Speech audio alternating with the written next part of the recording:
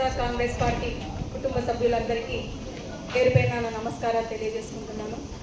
ముఖ్యంగా ఈరోజు ఈ సమావేశం ఏర్పాటు చేయడానికి కారణం మన ప్రియతమ నేత మాజీ ముఖ్యమంత్రి జగన్మోహన్ రెడ్డి గారి పిలుపు మేరకు, మాజీ శాసనసభ్యులు వెంకట్రామరెడ్డి గారి ఆదేశాల మేరకు ఏపీ జెన్జీ వార్ సంబంధించి టౌన్ హాల్ మీటింగ్ ఈరోజు ఏర్పాటు చేయడం జరిగింది. దీని యొక్క ముఖ్య ఉద్దేశం గురించి మరి ఇప్పటికే మన పార్టీ నాయకులంతా కూడా మాట్లాడినారు. మరి ఈ కూటమి ప్రభుత్వం ప్రారంభమైనప్పటి నుంచి వాళ్ళు ప్రభుత్వం ఏర్పరచుకునిందే ఈవీఎం స్కామ్ల ద్వారా. ఎందుకంటే ఈరోజు ఈవీఎంల స్కాముల ద్వారా వాళ్ళు అధికారం దక్కించుకున్నారన్నది ఇప్పటికే స్పష్టమయ్యింది. ఈరోజు ఈ కూటమి ప్రభుత్వంలో ఉన్నటువంటి ముఖ్యమంత్రి గారు, ఆ కూటమి ప్రభుత్వంలో పనిచేస్తున్నటువంటి మంత్రులు, ఎమ్మెల్యేలు, ప్రజాప్రతినిధులు అంతా కూడా స్కాములకి అలవాటు పడిపోయినారు.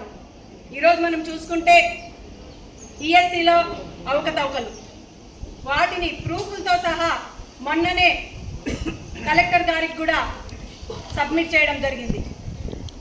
మనకి స్పష్టంగా మన కళ్ళ ముందే తెలుస్తూ ఉంది ఏ విధంగా వీళ్ళు కక్ష సాధింపులు చేస్తున్నారు, ఏ విధంగా ప్రజలకి అన్యాయం చేస్తున్నారు, రైతులకు అన్యాయం చేస్తున్నారు, మహిళలకు అన్యాయం చేస్తున్నారు, యువతకి, విద్యార్థులకి, ప్రతి ఒక్కరికి అన్యాయం చేస్తున్నారు. మనకు తెలుసు డిఎస్సి అంటే డిస్ట్రిక్ట్ సెలక్షన్ కమిటీ, దాని ద్వారా అర్హులైన వారిని సెలెక్ట్ చేసి ఉద్యోగాలు ఇవ్వడం జరుగుతుంది.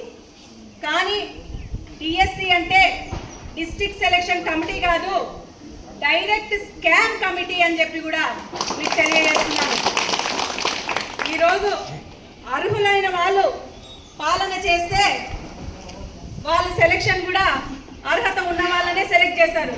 కానీ ఈరోజు ముఖ్యమంత్రి అనర్హుడే, మంత్రులు అనర్హులే, ఏ విధంగా ప్రజలకి న్యాయం చేసిన వాళ్ళు అనర్హులు అని చెప్పేసి సందర్భంగా తెలియజేస్తున్నాను. అందుకే వాళ్ళు కూడా అర్హత లేని వాళ్ళనే పోస్టులకి సెలెక్ట్ చేస్తున్నారు.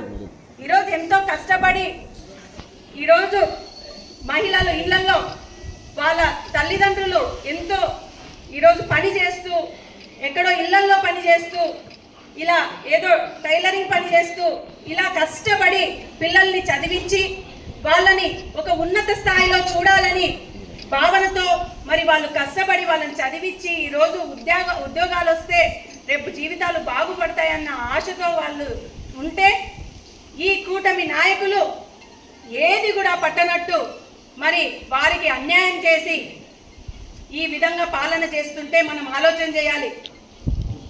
ఈరోజు అన్యాయంగా ఆలూరు నియోజకవర్గంలో విరూపాక్ష అన్నను అరెస్ట్ చేయడం జరిగింది. ఆ వీడియో రికార్డ్ అయ్యింది కాబట్టి సరిపోయింది. అదే గనక ఆ వీడియో గనక దొరకపోతే మరి ప్రజలని ఏ విధంగా వీళ్ళు ఇది చేసేవాళ్ళు ఒకసారి ఆలోచన చేయండి. ఈరోజు మనకు ఆ వీడియో ప్రూఫ్ ఉంది కాబట్టి అది వాళ్ళు చేయలేదు అన్నది మనకి స్పష్టమైంది. అదే కనుక వీడియో లేకపోతే పరిస్థితి ఏ విధంగా ఉండేదో ఒకసారి ఆలోచన చేయండి. రాబో రోజుల్లో మరి లోకల్ బాడీ ఎలక్షన్లు కూడా వస్తున్నాయి. ఈ లోకల్ బాడీ ఎలక్షన్లో వాళ్ళు ఇప్పటికే ప్రజలకు మంచి చేసేదాని ఆలోచనలో లేరు. ఏ విధంగా ఈ లోకల్ బాడీ ఎలక్షన్లో ఎవరిని భయపడిస్తే భయపడతారు, ఎవరివి ల్యాండ్ కబ్జాలు చేస్తే వీళ్ళు భయపడతారు, లేకపోతే ఏదైనా సమస్యలు ఉంటే వాళ్ళ వీక్నెస్లు ఏమిటి, ఇలా ప్రతి ఒక్కటి వాళ్ళు దాని మీద దృష్టి పెట్టి ప్రతి గ్రామంలో ఇబ్బందికి గురి చేసి ఎవరైనా, ఈరోజు చెప్తున్నాను, మీరు ఒక్కసారి భయపడితే మళ్ళీ ఈ 3 సంవత్సరాలు ప్రతిరోజు కూడా భయపడుతూనే ఉంటారు. కాబట్టి ఎవ్వరు కూడా ఏ దానికి కూడా భయపడద్దండి. మన వెనక జగన్మోహన్ రెడ్డి గారు ఉన్నారు, అదే విధంగా ఈ నియోజకవర్గంలో వెంకట్రామరెడ్డి గారు ఉన్నారు. ఏదో కొంత ఆరోగ్య సమస్య వల్ల చిన్నగా రెస్ట్ తీసుకుంటున్నారే తప్పితే ఆయనకేం పూర్తి ఆరోగ్యం బాగలేదు అన్నది అవాస్తవం. త్వరలోనే అన్ని కార్యక్రమాల్లో ఆయన కూడా పాల్గొంటారు. కాబట్టి మనమంతా ఒక్కటే ఆలోచన చేయాలి. మన ఆలోచన అంతా జగన్మోహన్ రెడ్డి గారిని ముఖ్యమంత్రి చేసుకోవడం, ఈ గుంతకల్ నియోజకవర్గంలో వెంకటరామరెడ్డి గారిని ఎమ్మెల్యే చేసుకొని ఖచ్చితంగా మంత్రి కూడా తెచ్చుకునే ప్రయత్నం మనం చేయాలి. ఈరోజు ఈ సమావేశం ముఖ్యంగా మరి తెలియజేయడం ఏమంటే 4 రోజుల పాటు రిలే దీక్షలు అనేవి చేపట్టడం జరిగింది. 6, 7, 8, 9 4 రోజులు కూడా ఈ రిలే దీక్షలు మున్సిపల్ ఆఫీస్ ఆధ్వర్యంలో అక్కడ చేయడం జరుగుతుంది. అదేవిధంగా 10వ తేదీన పెద్ద ఎత్తున ర్యాలీ కూడా చేయడం జరుగుతుంది. కావున ప్రతి ఒక్కరికి కూడా పిలుపునిస్తున్నాము. పార్టీలకు అతీతంగా రేపటి రాష్ట్ర భవిష్యత్తు కోసం, విద్యార్థులు యువత భవిష్యత్తు కోసం ప్రతి ఒక్కరూ కదలి రావాలి. విద్యార్థులు పెద్ద ఎత్తున కదలి రావాలి. ఈ కార్యక్రమాన్ని ప్రతి ఒక్కరూ కూడా ఈ కార్యక్రమంలో పాల్గొని విజయవంతం చేయాలి అని కూడా ఈ సందర్భంగా తెలియజేస్తూ, ఖచ్చితంగా మరి ఈ కార్యక్రమంలో ముఖ్యంగా విద్యార్థులు యువత ముందు ఉండేలా చూసుకుంటాము.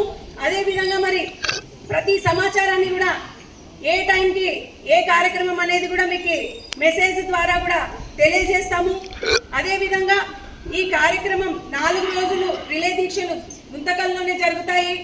ర్యాలీ మాత్రం గుంతకల్లు, గుత్తి, పామిడి ఏ మండలంలో ఆ మండలంలో ర్యాలీని నిర్వహించడం జరుగుతుంది. కావున ప్రతి ఒక్కరూ దీన్ని గమనించి ఆ కార్యక్రమానికి పెద్ద ఎత్తున ఒక బాధ్యతగా పాల్గొని విజయవంతం చేయాలని కూడా పిలుపునిస్తూ, ఎవరు ఎన్ని ఇబ్బందులు పెట్టినా, మనకు ఎన్ని కష్టాలు వచ్చినా ఎవ్వరు, నేను ఒక్కటే విషయాన్ని చెప్తాను, ఈరోజు మనం ఇంత బలం పెట్టుకొని ఎందుకు భయపడాలి? ఈరోజు వాళ్ళు చట్టాన్ని చేతిలోకి తీసుకున్నారు, డిపార్ట్మెంట్ని కంట్రోల్ చేస్తున్నారు, కక్ష సాధింపులు చేస్తున్నారు, మహిళలను చూడడం లేదు, పిల్లలని చూడడం లేదు, ప్రతి ఒక్కరిని ఇబ్బందికి గురి చేస్తున్నారు. ఈరోజు ఎవరిని ఎంత ఇబ్బందికి గురి చేసినా అందరూ ఇంకా స్ట్రాంగ్గా తయారవుతారే కానీ ఎవరు కూడా వెనకడుగు వేసేది ఉండదు. కాబట్టి మనమంతా కలిసికట్టుగా, మనమంతా ఒక కుటుంబం. ఈరోజు ఎవరో ఒకరు ఫలానా వాళ్ళు మైక్ తీసుకొని మాట్లాడితేనే వాళ్ళే గొప్ప వీళ్ళే గొప్ప అనేది లేదు. ఇది మన కుటుంబం. మనమంతా కూడా ఈ కుటుంబ సభ్యులము. మనకంతా కూడా ప్రతి ఒక్కరికి కూడా ఈ కుటుంబంలో భాగమే. ఏ ఒక్కరు మాట్లాడాలనుకున్నా ముందుకొచ్చి మాట్లాడండి. ధైర్యంగా మీరు చెప్పాలనుకున్నది చెప్పండి. మాకు ఏదైనా విషయం తెలిస్తేనే మేము దానికి స్పందించగలుగుతాం. కాబట్టి ప్రతి విషయాన్ని మాకు చేరవేయండి. మీకోసం పని చేసేందుకు వైవిఆర్ బీమా కుటుంబం ఎప్పుడు ఉంటుందని చెప్పి కూడా ఈ సందర్భంగా తెలియజేస్తూ, వైఎస్ఆర్ కాంగ్రెస్ పార్టీ సానుభూతి పరులు లేదంటే పదవుల్లో ఉన్నటువంటి నాయకులందరికీ మరోసారి ఈ సందర్భంగా కృతజ్ఞతలు తెలుపుకుంటున్నాము. ఈరోజు మనము దాదాపు చాలా రోజుల నుంచి ఈ డిఎస్సి అక్రమాలపై మనము గలమెత్తుతా ఉన్నాము. దాంట్లో భాగంగా మన వైఎస్ జగన్మోహన్ రెడ్డి గారి పిలుపు మేరకు లేదంటే యువత విద్యార్థులు ముందుకు కదిలి ఇక్కడ జరుగుతున్నటువంటి స్కాములు ప్రపంచానికి లేదంటే మన ఇవన్నీ బయట పెట్టాలని చెప్పే ఉద్దేశంతో ఈ కార్యక్రమాన్ని ముందుకు తీసుకుపోతా ఉన్నాము. దీంట్లో భాగంగా ఈరోజు మనందరికీ తెలుస్తూ ఉంది, ఆంధ్రప్రదేశ్లో ఏ రకంగా ఇప్పుడున్నటువంటి ప్రభుత్వము విద్యార్థులు లేదంటే యువత మీద చేసినటువంటి దుర్మార్గమైన పాలన చేస్తూ ఉన్నారు. దాంతోపాటు వీళ్ళు ఎన్నో హామీలు ఇచ్చారు. ఈ హామీల్లో ఒక్కటి కూడా నెరవేర్చకపోగా దాదాపు ఇప్పుడున్నటువంటి డిఎస్సిలో 10,000 ఉద్యోగాలు వైఎస్ఆర్ కాంగ్రెస్ హయాంలో అప్పుడు ప్రభుత్వం ప్రకటించినటువంటి నోటిఫికేషన్ ఆధారంగా ఈ నోటిఫికేషన్ ఇచ్చారు. కానీ వీళ్ళు దానికి అదనంగా 4,000, 5,000 ఇచ్చి ఈ 4-5 పోస్టులు కూడా వీళ్ళు అక్రమాలు చేశారు. ఎందుకంటే మనం వైఎస్ఆర్ కాంగ్రెస్ పార్టీ ఇచ్చిన పోస్టులు ఇవన్నీ, వీళ్ళు కొత్తగా ఇచ్చింది ఏం లేదు. వీళ్ళు ఇచ్చిన 4-5 పోస్టులు ఇచ్చినట్లుగా వీళ్ళు చెప్పుకొని దాంట్లో కూడా వాళ్ళ అమ్ముకోవడం లేదంటే ఎన్నో అక్రమాలు చేశారు. కాబట్టి మనం కోరుతా ఉన్నాము, దేశవ్యాప్తంగా పేపర్ లీకుల గురించి లేదంటే ఇలాంటి వాటన్నింటినీ గలమెత్తుతా ఉన్నాము. దాంట్లో భాగంగా వైఎస్ఆర్ కాంగ్రెస్ పార్టీ ఈ పేపర్ లీకుల మీద కూడా పూర్తి స్థాయిలో మద్దతు తెలుపుతా ఉన్నాము. దానికి వ్యతిరేకంగా రాష్ట్ర వ్యాప్తంగా ఉన్నటువంటి అన్ని విద్యా సంస్థలు లేదంటే యువత వాళ్ళందరికీ మా విభాగాలు అన్నీ తోడుంటాయని చెప్పి ముఖ్యంగా మన ఐతిరెడ్డి అక్కగారి ఆధ్వర్యంలో మన గుంతకల్ నియోజకవర్గ వ్యాప్తంగా పూర్తి స్థాయిలో ఈ నిరసన కార్యక్రమాలు కూడా దీంట్లో కొనసాగుతాయని చెప్పి సందర్భంగా చెప్తాను. దాంట్లో భాగంగా మన గుంతకల్ నియోజకవర్గంగా ఉన్నటువంటి అనేక సమస్యలపై కూడా మనమందరం పోరాడాల్సిన సమయం ఆసనమైంది. ఇప్పటికే వర్షాలు లేక పూర్తి స్థాయిలో ఎంతో మంది రైతులు ఇబ్బందుల పాలైతే ఉన్నారు. వారికి కూడా మనందరం మద్దతు తెలపాల్సిన అవసరం ఈ సందర్భంగా ఉంది. చాలా ప్రాంతాల్లో ఇప్పటికి కూడా ఇత్తనాలు వేయలేని పరిస్థితుల్లో ఉన్నారు. కాబట్టి రైతులకు కూడా ఇప్పటికి కూడా ఇన్సూరెన్స్ పోయిన సంవత్సరం అంటే 2004-05 లేదు 5-6 ఇప్పటివరకు ఇంతవరకు రూపాయి కూడా ప్రభుత్వం చెల్లించలేదు. అదే వైఎస్ఆర్ కాంగ్రెస్ పార్టీ హయాంలో మనం రైతులందరికీ ఎన్నో రకాలుగా ఎకరాకు దాదాపు మనమందరం చూసాం, మన అకౌంట్లో కూడా పడ్డాయి. కాబట్టి ఇప్పటికి కూడా మనం కట్టిన డబ్బుల్ని మనమే కడుతున్నాం ఇన్సూరెన్స్ డబ్బులు, కానీ రూపాయి కూడా మనకు రాని పరిస్థితి ఈ రోజు నెలకొని ఉంది. రైతులకు కూడా మనమందరం చాలా మంది రైతులతో పాటు అన్ని విభాగాలు ఉన్నాయి కాబట్టి చెప్తా ఉన్నాము. రైతుల తరపున కూడా మనమందరం భవిష్యత్తులో ఉద్యమించబోతున్నాము. ఇన్సూరెన్స్ ని ప్రభుత్వమే చెల్లిస్తే మనకి సమస్యలు వచ్చేవి కాదు. ఇన్సూరెన్స్ ని మనం కట్టలేక, లేదంటే మనం కట్టినా ఇప్పటి వరకు ఒక రూపాయి కూడా, వాళ్ళు 2 సంవత్సరాలు అయింది ఇప్పటి వరకు ప్రభుత్వం ఉంది, కానీ ఒక రూపాయి కూడా రైతుల ఖాతాలో లేవు. కాబట్టి వాటన్నిటిపై కూడా మేము మాట్లాడాల్సిన అవసరం కూడా ఉంది. ఈ డిఎస్సి అక్రమాలతో ఇది మొదలు కాలేదు. ఇప్పటి నుంచి అన్ని సమస్యల మీద పూర్తి స్థాయిలో వైఎస్ఆర్ కాంగ్రెస్ పార్టీ ముందుకు వస్తాము.